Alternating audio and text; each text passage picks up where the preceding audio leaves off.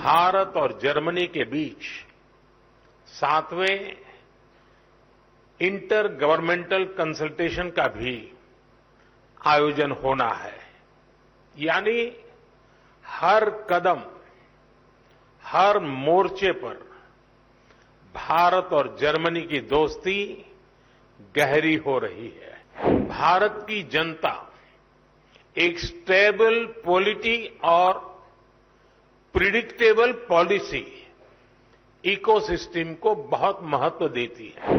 60 साल बाद एक सरकार को लगातार थर्ड टर्म मिला है। भारत की जनता का ये ट्रस्ट बीते एक दशक में रिफॉर्म, परफॉर्म, ट्रांसफॉर्म वाली गवर्नेंस के कारण मजबूत हुआ है। Excellency chancellor Scholz, vice chancellor doctor Robert Habeck, Bharat सरकार के मंत्रीगण,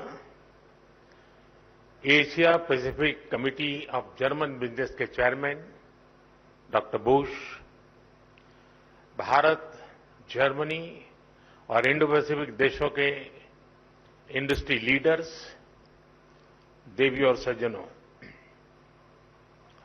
नमस्कार, गुटन टाग। साथियों, आज का दिन बहुत विशेष है। मेरे मित्र चांसलर शोल्ज चौथी बार भारत आए हैं। पहले मेयर के रूप में और 3 बार चांसलर बनने के बाद उनका यहां आना भारत जर्मनी संबंधों पर उनके फोकस को दिखाता है। 12 साल के बाद भारत में Asia Pacific conference of German business का आयोजन हो रहा है। एक तरफ यहां सीईओ की फोरम की बैठक हो रही है, दूसरी तरफ हमारी नौसेना साथ में अभ्यास कर रही है।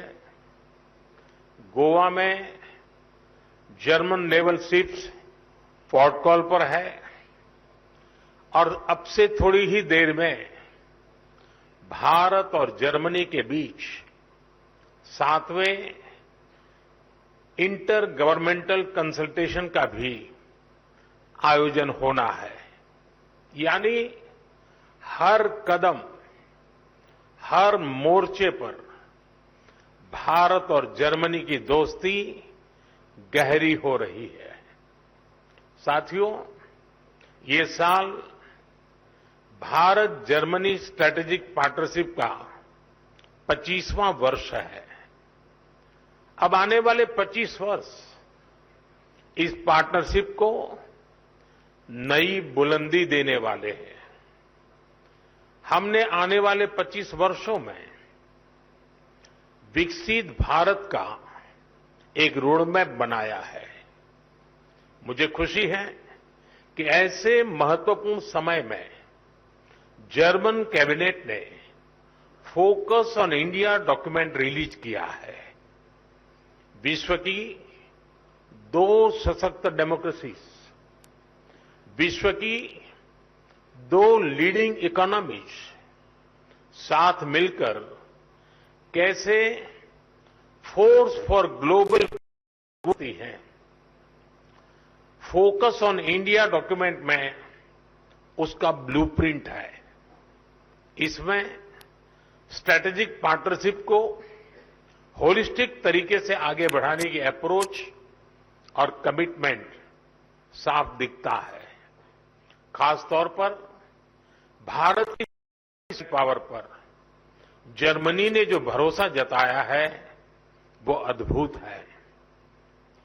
जर्मनी ने स्किल्ड भारतीयों के लिए हर वर्ष मिलने वाले वीजा की संख्या 20,000 से बढ़ाकर 90,000 करने का फैसला किया है।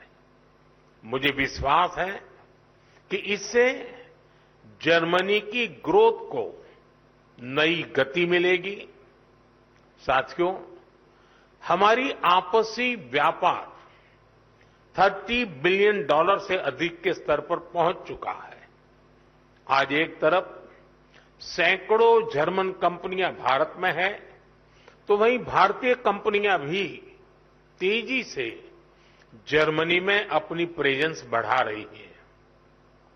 आज भारत डायवर्सिफिकेशन और डी रिस्किंग का सबसे बड़ा केंद्र बनता जा रहा है।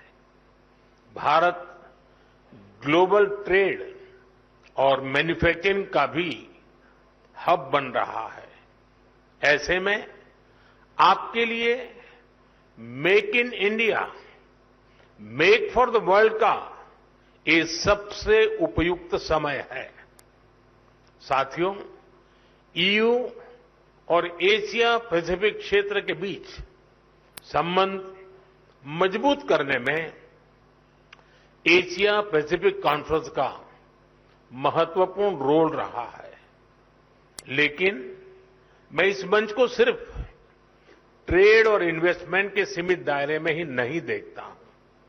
मैं इसे इंडो पैसिफिक क्षेत्र और विश्व के बेहतर भविष्य की साझेदारी के रूप में देखता हूं। दुनिया को स्टेबिलिटी और सस्टेनेबिलिटी की जरूरत है। ट्रस्ट और ट्रांसपेरेंसी की जरूरत है। चाहे सोसाइटी हो या फिर सप्लाई चेन, हर मोर्चे पर इन वैल्यूज को बल देने की जरूरत है। इनके बिना कोई भी देश, कोई भी रीजन अपने बेहतर फ्यूचर की कल्पना नहीं कर सकता। इंडो पैसिफिक रीजन तो दुनिया के फ्यूचर के लिए बहुत जरूरी है। ग्लोबल ग्रोथ हो, पॉपुलेशन हो, स्किल्स हो, इस रीजन का कंट्रीब्यूशन और पोटेंशियल दोनों बहुत व्यापक है। इसलिए इस कॉन्फ्रेंस का महत्व और भी बढ़ जाता है। फ्रेंड्स, भारत की जनता एक स्टेबल पॉलिटी और प्रिडिक्टेबल पॉलिसी इकोसिस्टम को बहुत महत्व देती है। यही वजह है कि 60 साल बाद एक सरकार को लगातार थर्ड टर्म मिला है। भारत की जनता का ये ट्रस्ट बीते एक दशक में रिफॉर्म, परफॉर्म, ट्रांसफॉर्म वाली गवर्नेंस के कारण मजबूत हुआ है। जब देश का सामान्य नागरिक ये सोच रहा है, तब आप जैसे बिजनेस के लिए, आप जैसे इन्वेस्टर्स के लिए भारत से बेहतर स्थान क्या हो सकता है। साथियों, आज भारत डेमोक्रेसी, डेमोग्राफी, डिमांड और डेटा, इसके 4 मजबूत पिलर्स पर खड़ा है। टैलेंट, टेक्नोलॉजी, इनोवेशन और इंफ्रास्ट्रक्चर भारत की ग्रोथ के टूल्स हैं। For exclusive and insightful videos, subscribe to our new channel ABP Live Premium.